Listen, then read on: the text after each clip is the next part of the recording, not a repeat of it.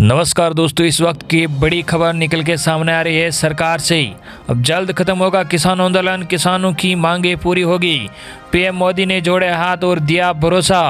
कृषि कानूनों को रद्द करने की मांग पर अड़े किसान भाइयों के लिए आज बड़ी खबर आई है। दोस्तों बताएंगे इस खबर को, वीडियो को लाइक कर दीजिए और सी न्यूज़ चैनल को फ्री में सब्सक्राइब कर लीजिए ताकि आगे भी आपको इसी तरह के लेटेस्ट से लेटेस्ट न्यूज़ सबसे पहले देखने को मिलती रहे। दोस्तों आपको बता दें कि कृषि कानूनों के खिलाफ दिल्ली में हो रहे प्रदर्शन के बीच पीएम नरेंद्र मोदी ने शुक्रवार को मध्य प्रदेश के किसानों के सम्मेलन को संबोधित किया। इस दौरान उन्होंने एक तरफ किसानों के लिए उनकी सरकार की तरफ से किए गए कामकाज को गिनाते हुए अपनी नीयत को गंगा जल और नर्मदा के जल जितना पवित्र बताया, तो विपक्ष पर जमकर पलटवार किया। पीएम ने कहा कि राजनीति करने वालों को दिक्कत इस बात से है कि उनके लिए किए गए वादों को मोदी ने कैसे पूरा कर दिया। वे मोदी को मिलने वाले क्रेडिट से परेशान है। पीएम ने किसानों की हर चिंता को दूर करने का प्रयास करते हुए कहा कि यदि अब भी कुछ किसानों को शंका रह गई हो तो उनकी सरकार सिर झुकाकर किसानों के सामने हाथ जोड़कर देश हित में उनके हर मुद्दे पर चर्चा को तैयार है। पीएम मोदी ने कहा किसानों की उन मांगों को पूरा किया गया है जिन पर वर्षों से सिर्फ मंथन चल रहा था। किसानों के लिए जो कानून बने हैं ये रातों रात नहीं आए हैं। पिछले 20-22 साल से देश की हर सरकार ने इस पर व्यापक चर्चा की, सभी संगठनों ने विमर्श किया है। देश के किसान, वैज्ञानिक, अर्थशास्त्री कृषि क्षेत्र में सुधार की मांग करते आ रहे हैं। किसानों को उनसे सवाल पूछना चाहिए कि वो पहले अपने घोषणा पत्र में ये वादे करते थे, वोट बटोरते रहे, लेकिन उन वादों को पूरा नहीं किया क्योंकि उनकी प्राथमिकता में किसान नहीं था। मोदी को क्रेडिट मिलने से परेशान। जी आपको बता दें कि मोदी ने किसी राजनीतिक दल का नाम लिए बिना कहा, आज यदि सभी राजनीतिक दलों के घोषणा पत्र देखे जाए, बयान देखे हैं तो आज जो भी सुधार हुए हैं उनसे अलग नहीं है। वे जिन बातों का वादा करते थे उन्हें ही पूरा किया गया है। उन्हें तकलीफ इस बात से नहीं है कि कृषि सुधार क्यों हो गया है, उन्हें तकलीफ है कि मोदी ने ये काम कैसे कर दिया। मोदी ने कहा कि मैं हाथ जोड़कर कहता हूं कि क्रेडिट आप ले लो, लेकिन किसानों को बरगलाना छोड़ दीजिए। मैं सारा क्रेडिट आपके पुराने घोषणा पत्रों को देता हूं, मुझे क्रेडिट नहीं चाहिए। मैं केवल किसानों की ज़िंदगी आसान बनाना चाहता हूं, उन्हें समृद्ध बनाना चाहता हूं। कानून लागू होने के 6-7 महीने बाद फैला है भ्रम। पीएम मोदी ने कहा कि यह कानून लागू हुए 6-7 महीने से ज़्यादा हो गया है, अब अचानक भ्रम का जाल फैला दिया गया है। आपने देखा होगा सरकार बार बार पूछती रही है आपको कानून में किस धारा में क्या दिक्कत है, तो इन राजनीतिक दलों के पास कोई ठोस जवाब नहीं होता। यही इन दलों की सच्चाई है।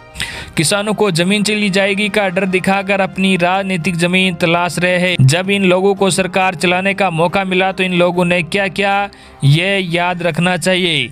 कानून के बाद भी पहले की तरह एमएसपी पर खरीदारी। जी आपको बता दें कि पीएम मोदी ने एमएसपी पर भरोसा देते हुए कहा हमें एमएसपी हटानी ही होती तो स्वामीनाथन आयोग की रिपोर्ट लागू क्यों करते। हमारी सरकार अब हर बार बुआई से पहले एमएसपी की घोषणा करती है, इससे किसानों को पहले ही पता चल जाता है कि इस फसल पर इतनी एमएसपी मिलेगी। 6 महीने पहले ये कानून लागू हो चुका। कानून बनने के बाद भी वैसे ही एमएसपी की घोषणा की गई जैसे पहले की जाती थी। उन्हीं मंडियों में पहले की तरह खरीदारी हुई। कानून बनने के बाद भी यदि उसी तरह उन्हीं मंडियों में खरीदारी हुई तो कोई समझदार यकीन कर सकता है कि एमएसपी बंद हो जाएगी। मैं देश के किसानों को भरोसा दिलाता हूं कि एमएसपी बंद नहीं होगी।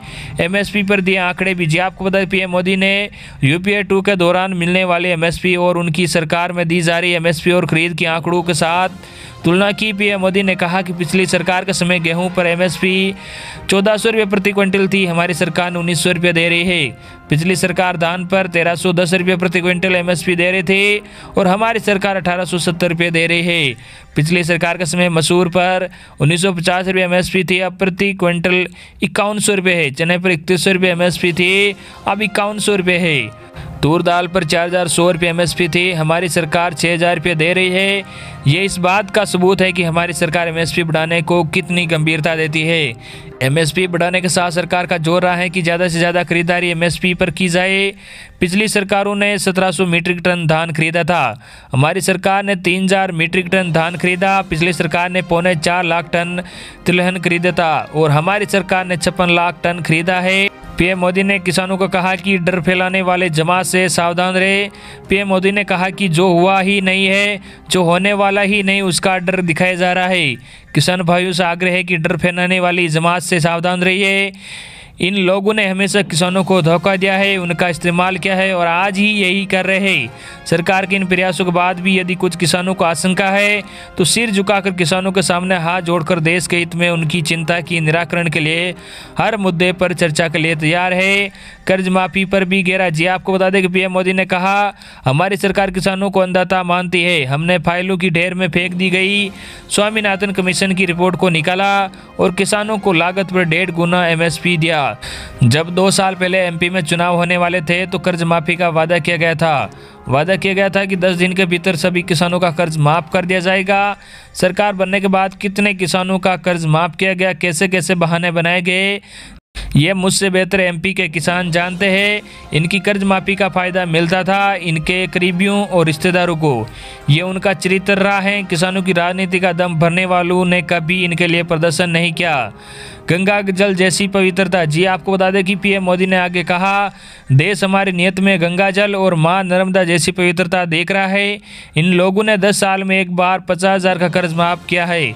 हमारी सरकार पीएम किसान योजना के तहत हर साल लगभग 75,000 करोड़ रुपये मिलेंगे, यानी 10 सालों में करीब 7.5 लाख रुपये, वे भी डायरेक्ट खाते में, कोई बिचौलिया या कट नहीं है। वही पीएम मोदी बोले कि हर शंका को दूर करने को तैयार रहे। 25 को फिर करेंगे किसानों से बात। जी आपको बता दें कि तीनों कृषि कानूनों के खिलाफ किसान आंदोलन का आज 23वां दिन है।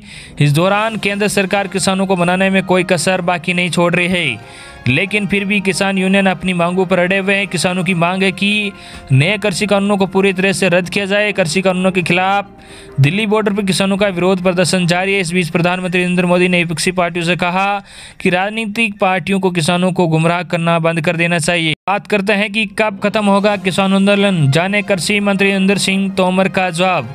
जी आपको बता दें, कृषि मंत्री नरेंद्र सिंह तोमर ने कहा कि सरकार किसानों के मुद्दे का समाधान करने के लिए विभिन्न किसान संगठनों के साथ अनौपचारिक वार्ता कर रही है। मंत्री ने शुक्रवार को उम्मीद जताई कि साल समाप्त होने से पहले कोई समाधान निकाल लिया जाएगा। इसके पहले केंद्र का 3 नए कृषि कानूनों के खिलाफ किसानों के आंदोलन को खत्म करने के लिए औपचारिक वार्ता का प्रयास किया जा रहा है, पर गतिरोध बरकरार है। ये पूछे जाने पर कि क्या किसानों का मुद्दा साल 2020 की समाप्ति से पहले सुलझ जाएगा, उन्होंने कहा कि हाँ, मुझे पूरी उम्मीद है कि हर किसी का अपना एजेंडा है। मेरा एजेंडा किसान है। मुझे बताइए कि कृषि कानूनों का कौन सा प्रावधान किसानों को नुकसान पहुंचा रहा है। हम चर्चा के लिए तैयार है। किसान संगठनों ने से कहा, इन कानूनों को निरस्त करने या वापस लेने पर जोर नहीं दे। इन्हें किसानों के फायदे के लिए लागू किया गया है। तीनों कृषि कानूनों को लाभकारी बताते हुए किसानों को गुमराह करने के लिए विपक्षी पार्टियों को जिम्मेदार ठहराए हैं। हजारों की संख्या में किसान, जिनमें से ज़्यादातर पंजाब एवं हरियाणा से है, दिल्ली की समीक्षाओं पर पिछले 3 हफ्ते से अधिक समय से नए कृषि कानूनों के विरोध में प्रदर्शन कर रहे हैं। तोमर, खाद्य मंत्री पीयूष गोयल और वाणिज्य राज्य मंत्री सोम प्रकाश के साथ करीब 40 किसान संघों से बातचीत में केंद्र का नेतृत्व कर रहे हैं। गतिरोध को दूर करने के लिए 3 केंद्रीय मंत्री और 40 किसान संघों के बीच कम से कम 5 दौर की औपचारिक वार्ता हुई है, लेकिन किसानों के संग इन कानूनों को पूरी तरह से वापस लेने की मांग पर रहे हैं। समिति पर अदालत के आदेश का इंतजार। जी आपको बता दें कि ये पूछे जाने पर कि क्या उच्चतम न्यायालय द्वारा गठित की जाने वाली समिति वार्ता करेगी और समाधान निकालेगी या फिर सरकार अपनी कोशिशें जारी रखेगी, इस पर तोमर ने कहा कि सरकार ने किसान नेताओं के साथ बातचीत के लिए अपने दरवाजे खुले रखे हैं और आगे के कदम के लिए शीर्ष न्यायालय का आदेश का इंतजार करेगी। उन्होंने कहा, यह विषय न्यायालय के विचाराधीन है। न्यायालय का आदेश के बाद हम उसका अध्ययन करेंगे और कोई निर्णय लेंगे। हम न्यायालय के निर्देश का इंतजार करेंगे।